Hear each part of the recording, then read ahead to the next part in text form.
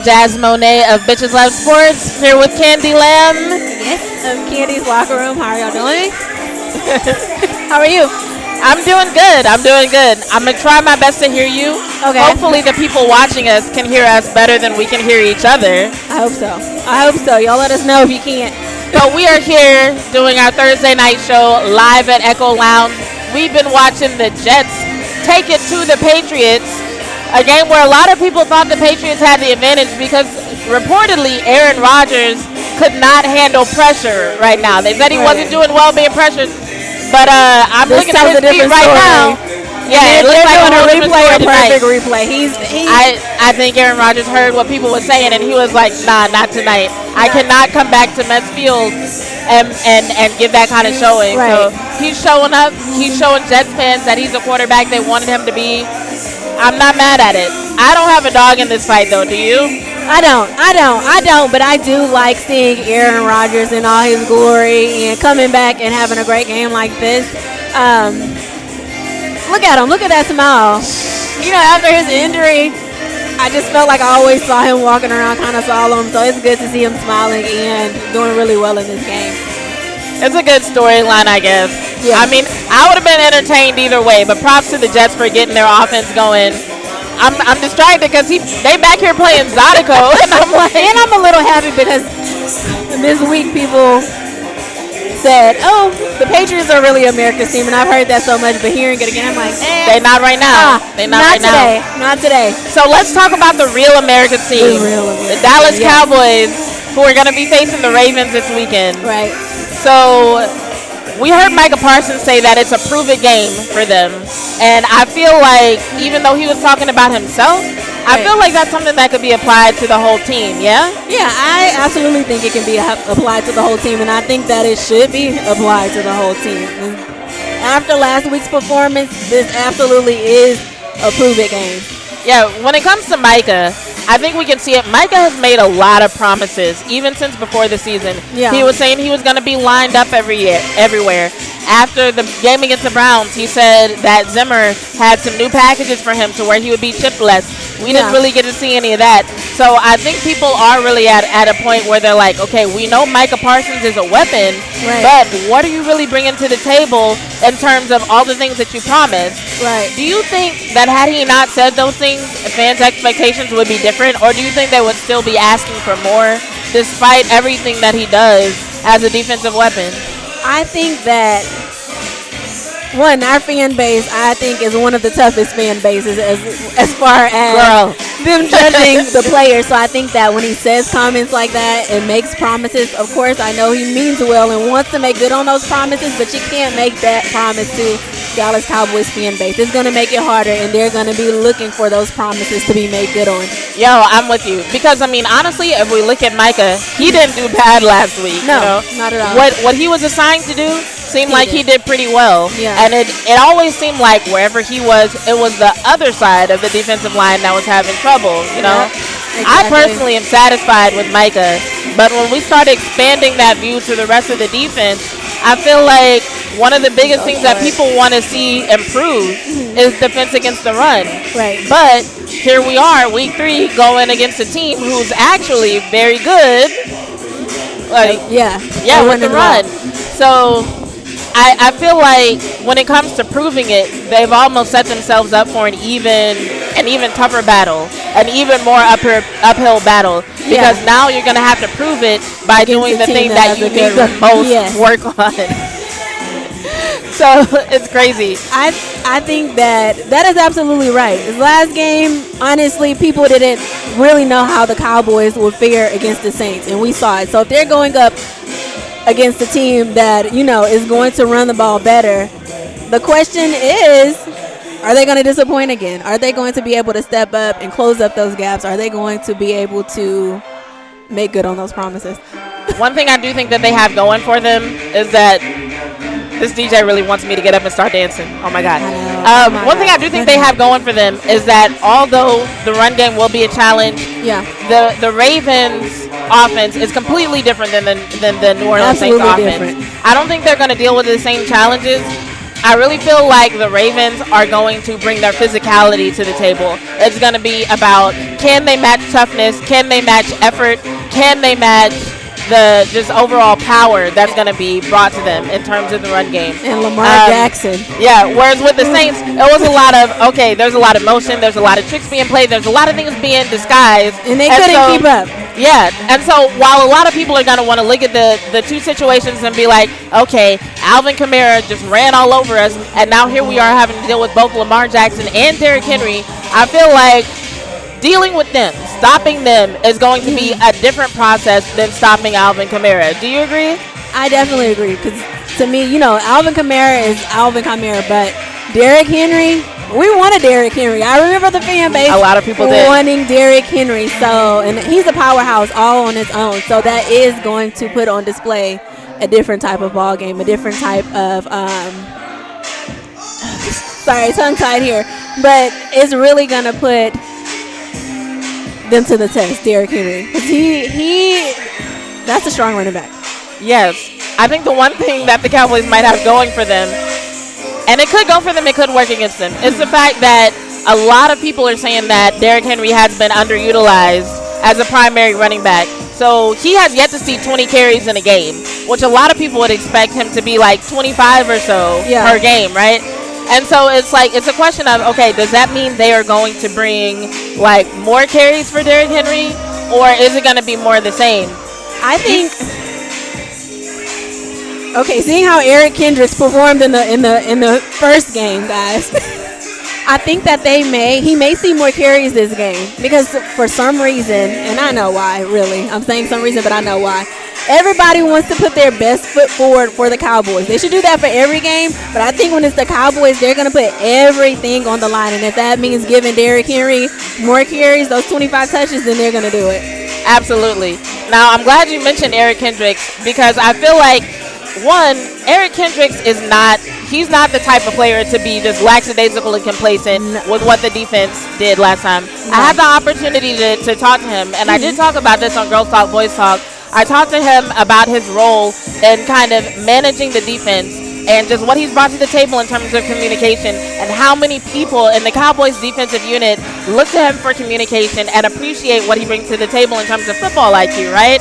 And so I just feel like him taking so much pride in that role means that he's going to show up a lot different on Sunday. He's going to want to answer for everything that went wrong. And so it's going to be a prove-it game for him, too. I think he's going to want to prove that he is what everybody said he was in the first place, and that putting their trust in him was not a mistake.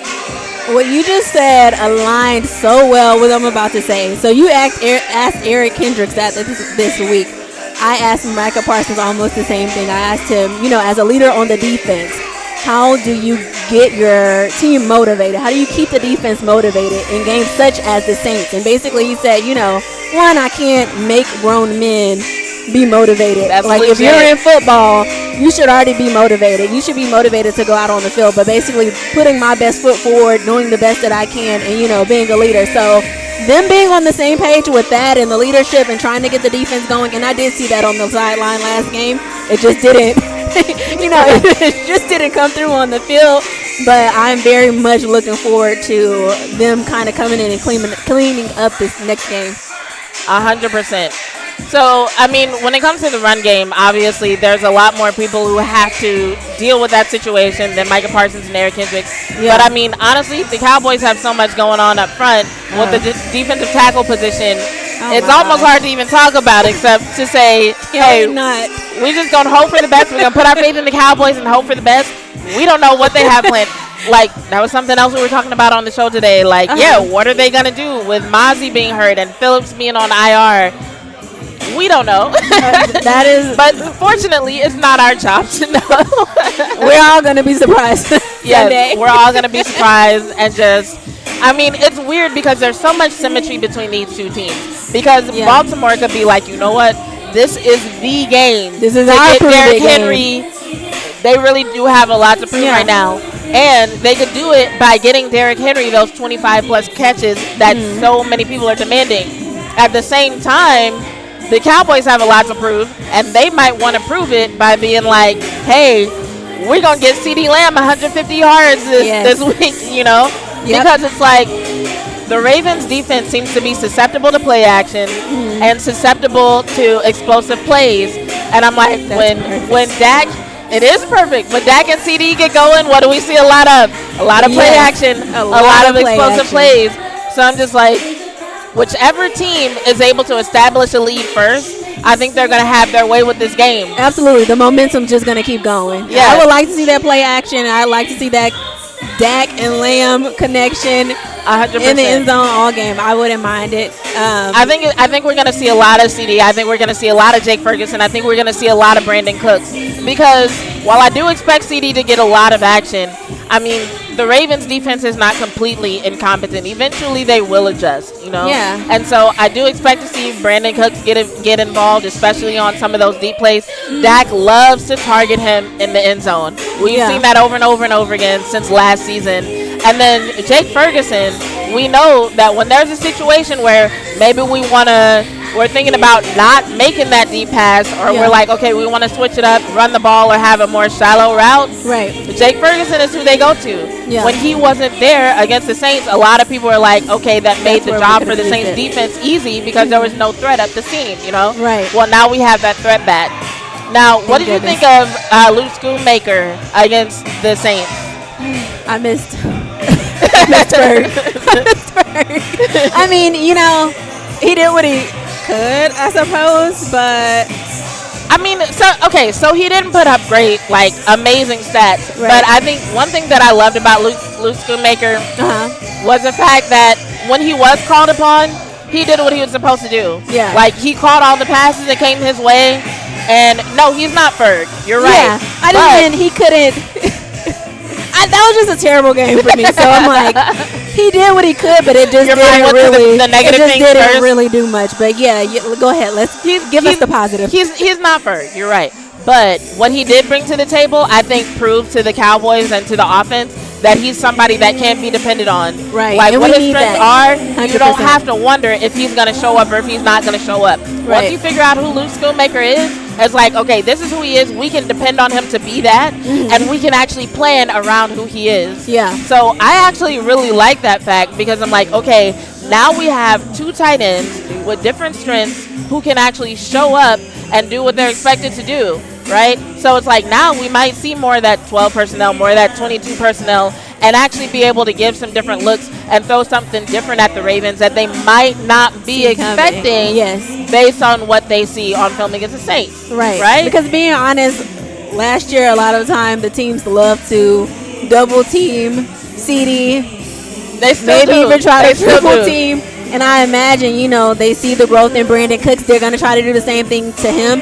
So it's great to be able to have that versatility at tight end. I mean, they're going to have to pick one of them. But poor CD. They're going to have to pick one. CD has seen every type of coverage. Like, I literally learned about covering wide receivers from watching what defenses did to CD Lamb. It made me so mad last season. You know, because it's like, he's a great player. Like, stop it. Stop doing that. Even like, going back a little bit to defense with Micah Parsons, the holds last year, when his jerseys would be ripped. I'm like, but this year I feel like he's a lot more evasive, and he did something in the offseason that, like, no, y'all aren't getting these holes. I'm getting to your quarterback. Yeah. But now, back to he's gonna have some real big dudes to deal with. Yeah. On the Ravens side of things. So earlier today I was like, maybe that time with those sumo wrestlers really is gonna end up paying off. Like, you know, if he's gonna have to hold on 200-pound dudes. Like, okay, we know he was practicing that this summer, even though everybody was mad about it. You know what? I think that people need to stop being mad at the way that football players prepare. So I remember seeing, I know a lot of people feel their way about him, but Antonio Brown doing gymnastics. But it's like, whatever helps them in their agility and their preparation and their footwork and their handwork for the season, if it's working, let them do it. So if Micah Parsons, you know, dealing with sumo wrestlers is going to help him get away from these huge guys on defense, let him do it. Agreed. But no, going back to CD, like, watching what defenses do to CD Lamb, it's so sad. That's what taught me what bracketing was. Like, I learned so much about coverages by being like, why are there 4 people? Yeah. And I mean, that's a little bit of an exaggeration. But no, that's what it would feel like. And I know if we're watching it and frustrated, he's definitely frustrated in the game. It's like that little sibling that you can't get off of you. Like, stay away from me. But it's only made him better. I mean, look at how far he's come from his rookie year. Like, he's like a completely different player. Completely. That's one thing that I want to ask him. One day I want to get the opportunity to ask him, like, if he still thinks about the way people doubted him publicly, like during the first couple of years of his career. Because I'm like, I remember when people were like, oh, CeeDee Lamb is a bust, he drops too many passes, oh, he can't run routes, oh, he doesn't deserve to wear 88. I remember those things and they make me mad. So I'm like, okay, is that the fan in me who's bad for CD? No, I would think because you kind of carry a little bit of a chip on your shoulder for him. Like, I want to be like, CD, tell me about your receipts. Let's bring him up. Ask these people now. He's got a little weight on him now and has adjusted really well. I remember when Amari Cooper left, and we still missed the route runner, but I think that CD absolutely did a great job. He's not ready to be a number 1. Yeah, and he came in and look where that's our number 1 wide receiver. It did. He needed a little work, but that to me that was to be expected. But also the Cowboys move swiftly sometimes in their decisions. Like it's like, all right, Cooper's out of here, and it's like, gosh, this is bad. He may have needed that, that guidance still, that kind of like. But he stepped up though. He stepped up. Absolutely, he had did. a lot absolutely of room to complain and to be very bitter about the way things went down and how he just was hung out to dry. He took it like the professional that he is. Exactly, and that's why he gets paid the big bucks. But people are mad about that. People are mad about that, especially after last game. This is who y'all paid all of this money to, Dak and CD, and I'm like, you know what? These players, like y'all see them on Sundays and you see win or lose, but do you realize how much of their lives that they give up to train and practice for game days? Like, yeah, they don't think about that part at all, or a lot of people don't at least. Yeah. But going back to this season, because now we're here. Now he's getting paid. Now people are respecting him as a wide receiver 1. What do you see in terms of this wide receiver room? There are a lot of people who are saying that the Cowboys don't have a true wide receiver 2. I'm going to be honest, it don't make sense to me because I'm like, you can't just skip 2 and go to 3. But I get what they mean. They feel like they want someone outside of Brandon Cooks. They want someone who produces more than Brandon Cooks, who is enough of a threat to distract away from CeeDee Lamb. And I guess they think Brandon Cooks isn't it. Do you think Brandon Cooks needs more time? Or do you agree with the people who say, like, nah, Brandon Cooks is a good 3, but not a 2? I think he needs more time, but I think we have to just realize what we're working with and who we're working with. We're not always going to get the big flashy players that we want. We have CD, we have Dak, we have our big flashy players. We're not going to get a full lineup of stars, and we're not going to get, what's the big guy? He's huge. It starts with an M. You said the new guy? No, big guy. The big guy? What's big guy? A receiver? Yes, he's huge. It's the M. Anyway, we're not gonna get like a huge Mike Evans or it's another wide receiver. I'll think of it later, but I think that we're okay with Brandon Cooks and CeeDee Lamb, but our fan base is so spoiled. We want more, and I think we're gonna be okay with CD and Brandon Cooks. Like Brandon Cooks is a good wide receiver to me. I personally can't wait to see what Ryan Flournoy does. Now, do you think... So, okay, there's a couple of ways to think about using him. Like, there are some people who would say, like, nah, give him some more time, wait until, like, after a bye week. Yeah. And there are some people who might think, like, yo, the Ravens, they're not really that great in terms of pass defense. This is a time to let a young rookie get some reps in. Like, are you on that train? Like, you want to see Flournoy get some reps? I would say a few, but in a game like this, we keep saying it, the prove it game, you can't, because then that could end his career before it really starts. If he messes up and they give him a shot in a big game like this, you know it's going to follow him. What if they get up by a certain number of points? If they get up by a certain number of points, yes, let the young man shine, let him get in there, do his work. And I'm not saying that he can't produce, but I would hate for him to get in there and then, it just goes badly, and that follows him all season. But I do like him a as good an point. option. That's a good point. I mean, I guess I'm one of those people, and I know that in the real world, sports is not a Disney movie. Yeah. Because, like, one thing about Disney is, like, when, like, movies like The Mighty Ducks, they really play on your emotions. Yeah. So, in my mind, I'm just imagining that, like, Flournoy coming in with all his aggression. Because, like, he's just got that attitude that you would love to Absolutely. see against a team like the Ravens. Yeah. And so, it's like, if attitude was all that mattered, if that, like, will to, like, if that will and that want to was all that mattered, I'd be like, yes, put him in. He's got that fire in him.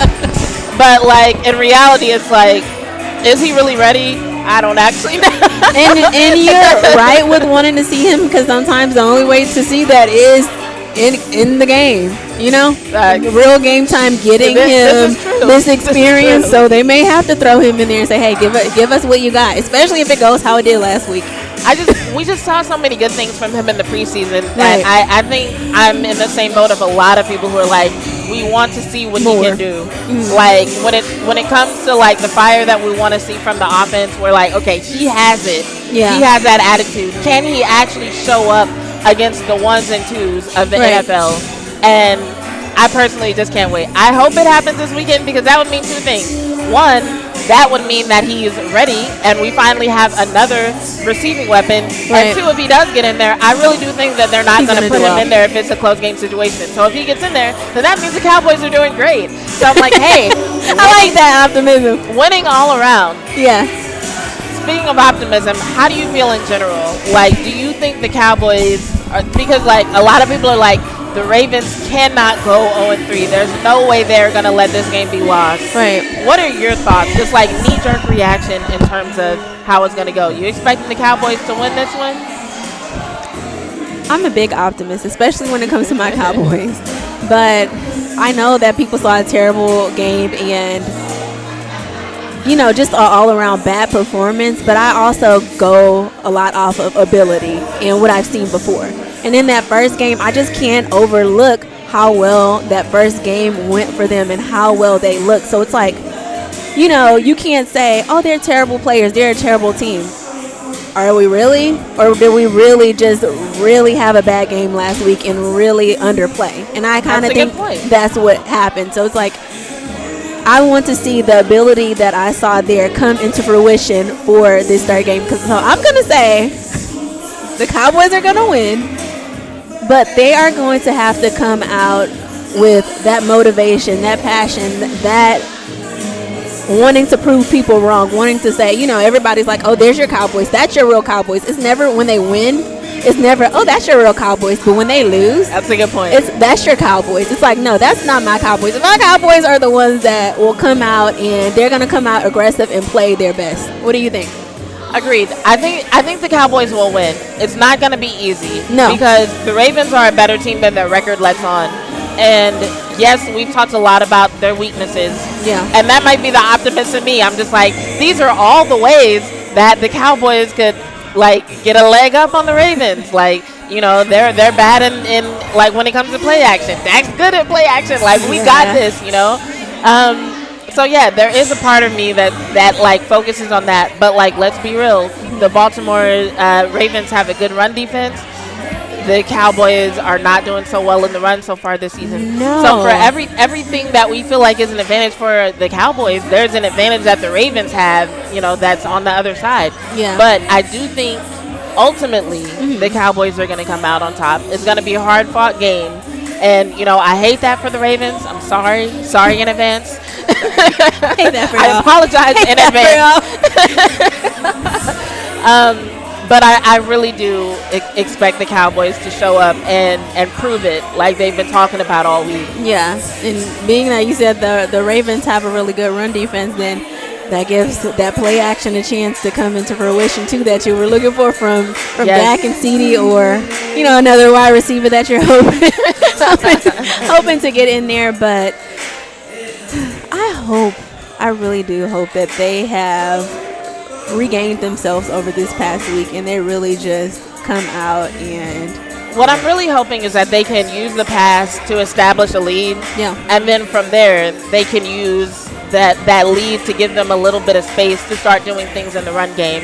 I am concerned about our run game. They need to work on that. They do need to get real time reps when it comes to the run, because I mean practice can only do so much. Yeah. Right. And then plus, when it comes to figuring out what's really going to work, like you do kind of want to, like, first of all, you can't go a whole game just passing the ball anyway. Like, that's not going to happen. But you absolutely do want to see, okay, what is this run game going to do against a qualified defense? Like, ultimately, that's something that you're going to have to find out at some point. So eventually, they're going to have to bust it out. But what I'm hoping is that they can use the run early to really like get the game under control and then start incorporating the run a little bit more, as opposed to vice versa, which is what a lot of teams try to do. Yeah, because their run game, to me, it mimicked a little bit, not last season, but the season before that. When the first half of the season, I really felt like they were just doing a lot of trick plays, trying to establish really what the run game was going to look like. But to me, I'm like, I get it, but I don't. Like, this is not the time to be testing things out. Like, when the season starts, I kind of expect y'all to have a game plan. And I feel like right now it's the same thing. They don't really have a solid game plan when it comes to the run game. And, you know, we're like, oh, and I'm happy personally that Zeke is back. But that if we bring him back, you need to have a game plan for Zeke. And Rico Dowdle, like, he's a good running back to me, but also we lost Pollard. He is a plays designed for them and actually scheming for them. Yeah. So I feel like that's one of the things where they're falling short, is that it doesn't feel like anything has been designed for any of these runners. Exactly. You can't expect Deuce Vaughn to be able to go out and just like replace Zeke whenever he is tired, and just the offense is going to run the same plays, but it's just going to be Deuce back there. Like, no, their skill sets are different. Because their strengths are different. game, that killed them. They Deuce Vaughn, he's a very skilled player to me, but they tossed him around. That was the wrong player to put in those situations. Have not done right by Deuce in the regular season ever. No. And it frustrates the crap out of me. They have yet to do right by Deuce. And I'm like, I know what he has on him. Like, he's, like you said, he's like such a skilled player. Yes. And when he has, and he doesn't even need that much room anymore. His rookie year, I could see it, because in preseason you could kind of see that he needed a lot of room. Like, his strides were very big. Yeah. And that's why in preseason he did so well. But in the regular season he kind of got shut down, because he didn't have enough space to do what he normally did. Yeah. Now you can see that he's a little bit better at maneuvering in smaller spaces. Absolutely. But he's getting like no space. Like the gaps that he tries to go through are just collapsing in on him. And I'm like, literally happened last game. Can literally y'all please collapsing. design for something for this kid so that he can shine? I hate it whenever I see people say the Deuce Vaughn experiment is over, because I feel like he has not been given the chance that he deserves. You're right. You have to. And so, like, I want to see them do better by him. That's right. You have to, looking at the running back room, you have to design these plays for each of them, because each of them are physically different, and each of them play completely different. They run different. They have different strengths, and you have to play to those. If not, we'll see what we saw last game. You're putting your running backs out there for what reason? For what game? for a few yards a game, apparently. Like, that's not good enough. And I'm like, the Ravens are already holding teams to 2.3 yards per carry. That's like almost all the Cowboys are getting anyway. I'm like, saying, what are we gonna do? And I know let me not talk myself out of the Cowboys win. No, please, let me bring you back in.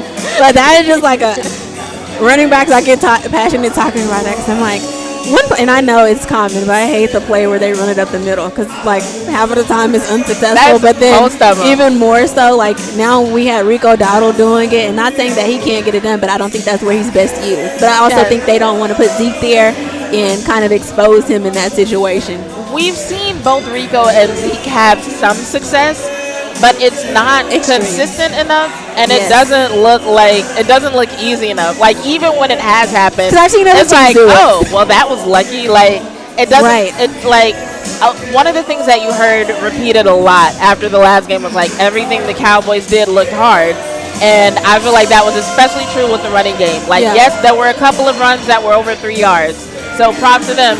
But even those looked really hard. Looked like they might not happen. You know. So I think we want to see like better blocking assignments. We want to see things open up for our running backs. So, yeah, do you have any thoughts? Anything else that you're expecting to see on Sunday? I'm expecting to see a win. I'm expecting to see everybody come out and play to their full capability. I don't want to see, and this is what I'll leave it with. I want to see the passion. I want to see the players like energized and like ramped up on Get the their sidelines. confidence It's back. just like, yeah, because it was the same. And people keep referencing the Green Bay game to the Saints game. I compare the two, especially as far as the energy.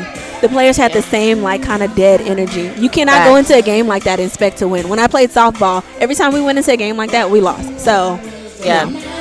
I just want to see the Cowboys prove people wrong. I want to see the Cowboys prove that they are as tough as they say that they are, that they can stop the run, that they can run the ball, even against the Ravens, that they can figure out the situations and figure out plays that will work for them to have a much more consistent result. And, yes, I am expecting Dak Prescott and CeeDee Lamb to light that field up. Light it up. So I'm hoping for a fun game on Sunday. Yes, it will be competitive. It's two good teams. But ultimately, Cowboys win. Score prediction. Girl, I hate predictions. I'm not doing it. I have the choice now. You have the choice. I'm going to say it's going to be close. I'll say that. Okay. It's going to be close, but we're going to win. Well, thanks for joining me, Candy. Yes, thank you. This has been a fun show, you guys. Have a good night.